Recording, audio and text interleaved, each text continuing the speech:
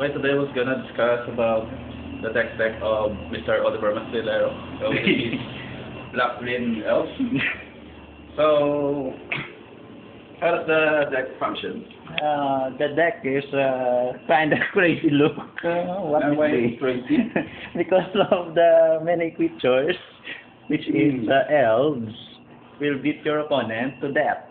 Okay, so this is it, right? So this is the main deck. So why did you choose 4 Garrels over the rest of the common build, which is 2? The common build is 2, but I choose 4 because it's a Japs list. Okay, so you shot it from the jump. What the hell? Nice deck set.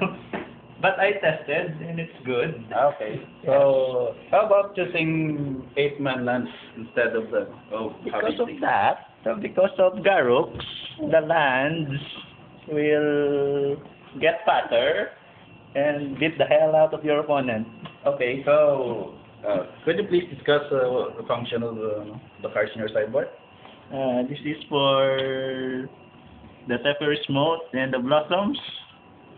The Pinks for the Fairies and the Sly. The Vest is for Controls. Shriekmaw is for Red Green and Sly. And same as Primal.